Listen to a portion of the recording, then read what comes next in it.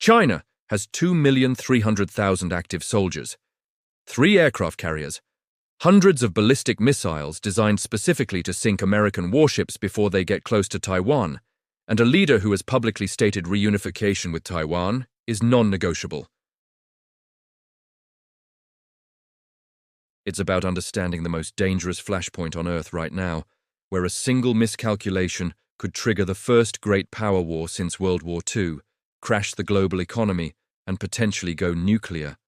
And stick with me until the end, because you're going to learn why China doesn't need to successfully invade Taiwan. To win strategically, why the United States would face impossible choices between defending an ally and risking American lives, and why this conflict would affect every American even if not a single shot is fired on US soil. Because Taiwan produces 60% of the world's advanced semiconductors that are in everything from your iPhone to F-35 fighter jets. First, let's get the strategic picture clear. Taiwan is an island 100 miles off the coast of mainland China with 24 million people, a thriving democracy, and the most advanced semiconductor manufacturing industry on the planet. China views Taiwan as a breakaway province that must be reunited with the mainland, by force if necessary. The United States has strategic ambiguity officially, meaning we don't explicitly promise to defend Taiwan militarily, but we sell them billions in weapons and have implied we would intervene. That ambiguity is designed to deter both Chinese aggression and Taiwanese moves toward formal independence. But in 2026, that balance is shakier than it's been in decades. Here's why. China under Xi Jinping has been building military capabilities specifically designed to take Taiwan and keep the US military far enough away that intervention becomes too costly.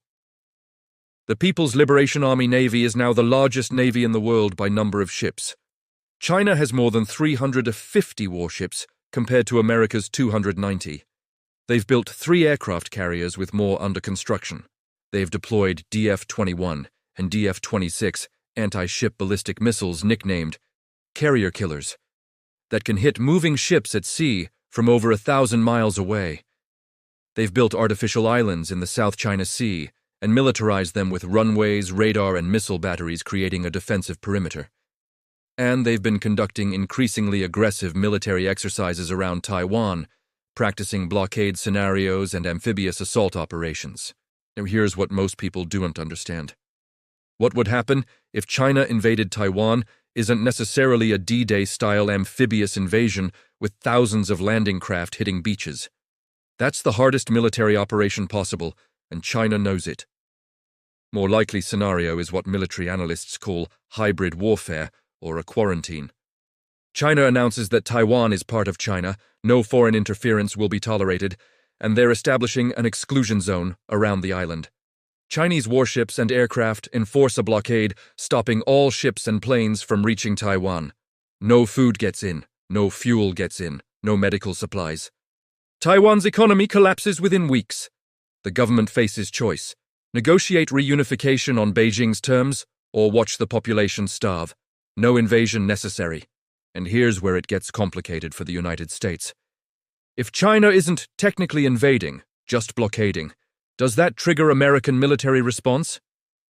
Do we send the 7th Fleet to break through a Chinese blockade knowing that means shooting first and starting a war? Do we risk American lives and ships for an island that many Americans couldn't find on a map? These are the impossible questions a president would face in the first hours of a Taiwan crisis. But let's say China decides on full invasion to settle the Taiwan question permanently. How would that actually work? D-Day, for context, required months of preparation, over 5,000 ships, and complete air superiority, and the Allies still took heavy casualties. Taiwan is more heavily fortified than Normandy was, has modern anti-ship missiles, mines, coastal defenses, and 200,000 active military personnel, plus millions of reservists. The Taiwan Strait is 100 miles of rough water with limited beach landing sites. China would need to concentrate forces at ports, load thousands of troops and vehicles onto ships, cross the strait under fire, establish beachheads, and then fight through urban areas against defenders who know the terrain. Satellite surveillance means China can't hide invasion preparations. The United States would see the build-up weeks in advance. That gives time to move aircraft carriers into position, deploy additional forces to Japan and Guam, and put Taiwan on high alert. By the time Chinese landing craft hit the water, they'd be under attack from Taiwanese missiles, American submarines lurking offshore, and potentially American airstrikes if the president orders intervention. Military wargames run by the Center for Strategic and International Studies found that China could take Taiwan, but would pay catastrophic price. Hundreds of ships sunk, thousands of aircraft lost, tens of thousands of casualties. And that's assuming the United States intervenes conventionally without nuclear escalation. Here's the question that defines everything. Would the United States actually fight for Taiwan? We have no formal treaty obligation, unlike with Japan or South Korea. But we have the Taiwan Relations Act committing us to provide Taiwan with defensive weapons and decades of implied commitment. If America doesn't defend Taiwan, every ally in Asia questions whether American security guarantees mean anything. Japan, South Korea, Philippines all recalculate their security. China becomes the dominant regional power overnight. But if America does defend Taiwan, we're fighting a war near China's coast where they have geographic advantage. Against a nuclear power, risking American lives for an island most Americans can't locate. And here's why every American should care, even if you don't give a damn about Taiwan's democracy: semiconductors. Taiwan Semiconductor Manufacturing Company, TSMC, produces 60% of the world's semiconductors and 90% of the most advanced chips. These chips are in everything: your phone, your car, medical equipment, military systems. F-35 fighters have over 300 chips in them. If Taiwan's chip production goes offline, whether from invasion, blockade, or China taking control, global supply chains collapse instantly. Auto manufacturers shut down. Tech companies can't produce. The Pentagon can't build advanced weapons. The economic damage would be measured in trillions. Drop a comment right now. Do you think the US should defend Taiwan militarily if China invades? Yes or no? And keep watching, because in part 2 I'm breaking down hour by hour what the first week of war would look like, why American aircraft carriers might not survive the first day, and why this war would look nothing like Iraq or Afghanistan. Now let's walk through the realistic scenario of what would happen if China invaded Taiwan hour by hour, because this would be unlike any war America has fought since World War II. Hour 0. U.S. intelligence detects massive Chinese military mobilization. Hundreds of ships loading at ports. Aircraft moving to forward bases. Missile brigades deploying. The president convenes the National Security Council. Do we warn China publicly? Do we move carriers closer as deterrents? Do we evacuate American citizens from Taiwan? Every decision sends signals that could escalate or de-escalate. Hour 3. China launches cyber attacks against Taiwanese government networks, power grid, financial systems, and communications, trying to create chaos. Simultaneously, Chinese special forces and intelligence operatives already in Taiwan sabotage critical infrastructure. Hour 6. The attack begins not with landing craft, but with missiles. Hundreds of ballistic and cruise missiles rain down on Taiwan, targeting air bases, radar installations, command centers, ports, and air defense systems. The goal is to blind Taiwan's military and destroy capabilities before invasion forces arrive. Taiwan's Air Force tries to get fighters airborne, but many are destroyed on the ground. Patriots and indigenous air defense systems intercept some missiles, but not all. Civilian casualties mount as missiles hit near population centers. Hour 12. Chinese aircraft launch from mainland bases just minutes away, achieving air superiority over the strait as Taiwanese air defenses are degraded. Meanwhile, the United States is still deciding how to respond. Aircraft carriers are days away from the fight. Submarines are closer, but can only do so much alone. The president faces the decision: authorize attacks on Chinese forces or watch Taiwan fall. Hour 24. Chinese amphibious forces begin crossing the strait. Hundreds of landing ships, hovercraft, and commandeered civilian vessels carry the first wave of invasion troops. Taiwanese anti-ship missiles fired from mobile launchers hidden in mountains sink dozens of ships. The strait turns into a graveyard. But China has numbers and keeps sending waves. Some landing craft reach beaches and troops establish initial beachheads. Fighting is intense and casualties on both sides are heavy. Day 2. This is when American forces engage. The USS Ronald Reagan Carrier Strike Group launches F-35s and FA-18s against Chinese ships and aircraft. American submarines torpedo Chinese warships. But China has been preparing for exactly this scenario for decades. Chinese DF-21 and DF-26 missiles launch from mobile launchers deep in mainland China. These are anti-ship ballistic missiles with maneuverable warheads designed to hit moving carriers. American Aegis destroyers try to intercept with SM-3 and SM-6 missiles. Some intercepts work, but not all. At least one missile penetrates defenses and hits a carrier, not sinking it necessarily, but mission-killing it, putting it out of action with massive casualties. Hundreds of sailors dead or wounded.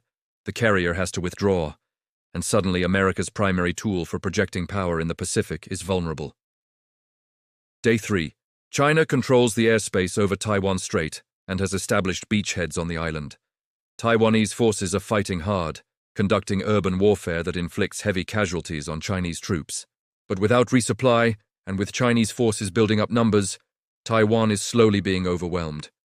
Meanwhile, Japan is under pressure. American forces operate from Japanese bases. China warns Japan that allowing US forces to use Japanese territory to attack Chinese forces makes Japan a legitimate target.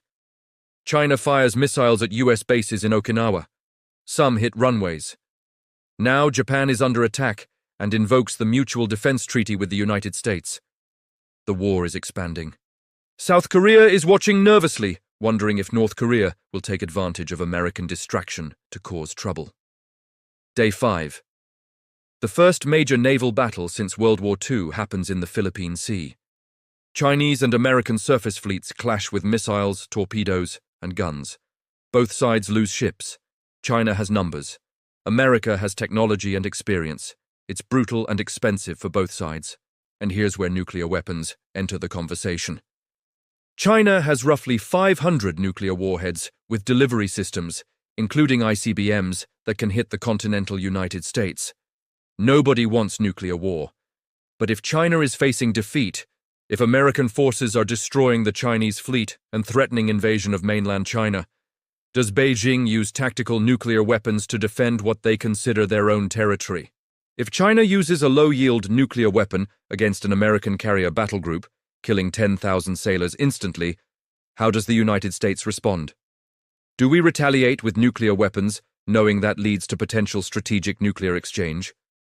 Or do we accept the nuclear attack and seek immediate de-escalation, accepting we can't defend Taiwan? This is the nightmare scenario that keeps Pentagon planners awake. Because what would happen if China invaded Taiwan could very quickly become what happens when nuclear powers go to war without anyone wanting nuclear war, but nobody knowing how to de-escalate once it starts. Day 7. Casualties are in the hundreds of thousands. Taiwan's cities are heavily damaged. Chinese troops control parts of the island, but face fierce resistance. American and Allied forces have sunk significant portions of the Chinese fleet, but paid heavy price themselves. The global economy is in freefall. Stock markets closed. Oil prices through the roof. Supply chains completely broken. And here's the economic impact Americans would feel immediately. Gas prices double as oil shipments through the South China Sea stop. Every product that depends on Asian manufacturing disappears from shelves. No new cars because chips aren't available. No new phones, no computers. Medical equipment breaks and can't be replaced. Inflation explodes. The economy enters recession. Unemployment skyrockets. All while American casualties are mounting and the public sees images of burning ships and flag-draped coffins coming home. Political pressure for ceasefire becomes enormous. Week 2. Negotiations begin through back channels. China controls parts of Taiwan, but the cost has been catastrophic, and they can't finish the conquest while American forces remain engaged. America has demonstrated it will fight for Taiwan, but the price in lives and ships is unsustainable. Some kind of frozen conflict or armistice emerges. Taiwan isn't fully independent anymore, but isn't fully conquered. Both sides claim victory. Neither side actually won. Comment right now. If one American aircraft carrier was sunk with thousands dead, do you think the US should keep fighting or negotiate? Fight or negotiate. And keep watching part 3 because I'm going to explain why China might not invade at all, why the blockade scenario is more likely, and what the United States can actually do to prevent this entire nightmare. Now we get to the most important question. What would happen if China invaded Taiwan in terms of what can actually be done to prevent it? Because the best outcome is that this war never happens. Let's start with why China might not invade in the first place. The analysis we just walked through shows why it would be catastrophically expensive even if successful. Hundreds of thousands of Chinese casualties. Economic damage measured in trillions, international isolation and sanctions, decades of modernization potentially reversed, and no guarantee of success if the United States fights hard. Xi Jinping knows all this. Chinese military planners know this, so why would they do it? They would do it if they believe the alternative is worse. If Taiwan moves toward formal independence, declaring itself permanently separated from China, Beijing sees that as unacceptable and worth the cost to prevent. If they believe the United States is weakened and won't actually fight. If they think the window is closing and it's now or never. These are the scenarios where deterrence fails and war happens.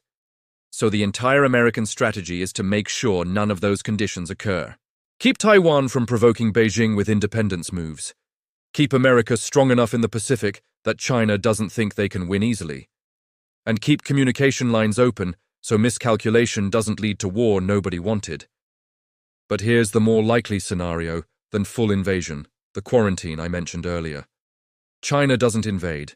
They just declare an exclusion zone, enforce it with ships and aircraft, and choke Taiwan slowly. This is what military analysts think is actually more probable because it achieves the goal with less risk. Taiwan can't survive without imports. 98% of Taiwan's energy is imported. Most food is imported. The island has strategic reserves, but those run out eventually. A blockade is an act of war under international law, but it's not the same as missiles and invasion.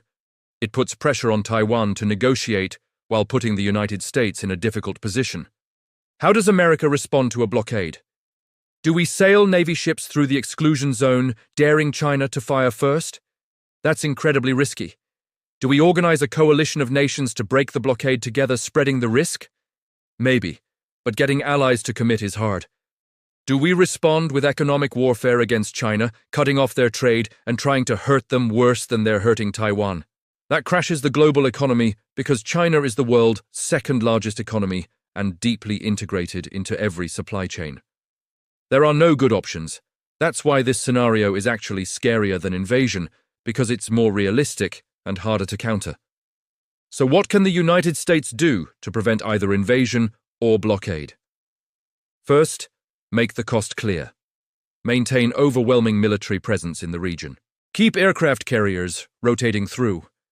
Base the most advanced fighters in Japan and Guam. Deploy submarines.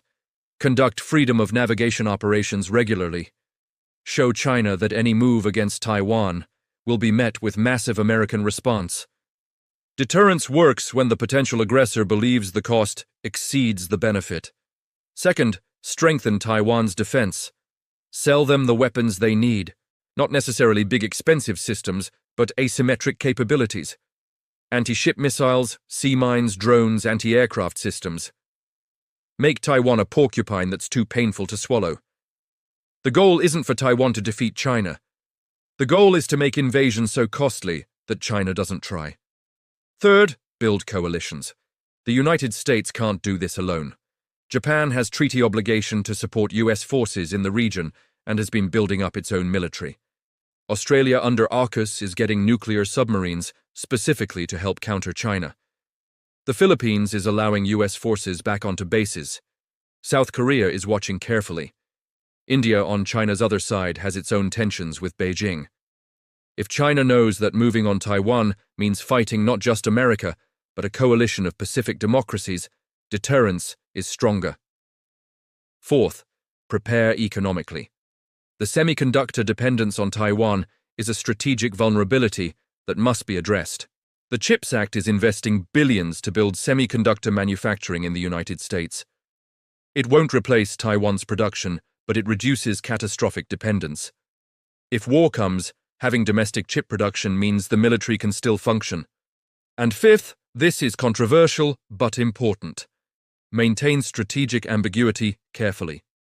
If America explicitly guarantees to defend Taiwan no matter what, that might encourage Taiwan to take provocative actions knowing America has to back them. If America explicitly says we won't defend Taiwan, that invites Chinese attack. The ambiguity is deliberate and important. Taiwan needs to believe we'll help, so they don't surrender preemptively. China needs to believe we'll fight, so they don't attack. But neither can be absolutely certain, and that uncertainty is what prevents war. Here's the reality. What would happen if China invaded Taiwan would be catastrophe for everyone involved. China would suffer enormous casualties and economic damage, even if victorious. Taiwan would be devastated. The United States would lose ships, aircraft, and potentially thousands of service members, while the economy crashes from supply chain collapse. Japan would be under attack. The entire global order would be shaken, and there's real risk of nuclear escalation that could kill millions. Nobody wins this war. Everybody loses. That's why it probably won't happen. Not because China has given up on Taiwan, but because the cost-benefit calculation doesn't work. But the risk is not zero. Miscalculation happens. Leaders make mistakes. Accidents escalate. Some crisis occurs that neither side intended, and suddenly we're in a war nobody wanted. That's why American military strength in the Pacific matters, why alliances matter, why deterrence matters. Not to fight the war, but to prevent it by making the cost too high. And here's what every American needs to understand. This isn't some faraway conflict that doesn't affect you. If Taiwan goes hot, your retirement savings crash as markets collapse. Gas prices spike, shelves empty, products you rely on disappear, jobs are lost. And American men and women in uniform die defending an ally and the principle that democracies don't get swallowed by authoritarian powers. Final answer to what would happen if China invaded Taiwan. Militarily, China could probably take Taiwan eventually, but at enormous cost. The US would likely intervene but might not be able to prevent Taiwan's fall without catastrophic losses. Economically, the entire world suffers. Geopolitically, it reshapes everything with China as dominant Pacific power if US doesn't fight, or both sides weakened and potentially in frozen conflict if US does fight. Nuclear risk is real and terrifying. Best outcome is this never happens. And that requires strong American deterrence, smart diplomacy, coalition building, and Taiwan avoiding provocations while maintaining strong defense. Last comment question. After everything you've seen, do you think war over Taiwan is inevitable in the next 10 years? Yes or no? And if this video helped you understand why Taiwan matters to America and why this is the most dangerous flashpoint in the world right now, subscribe because the next video is going to be equally critical. What would happen if North Korea attacked South Korea? Complete military analysis with hour-by-hour breakdown of the most likely World War III scenario.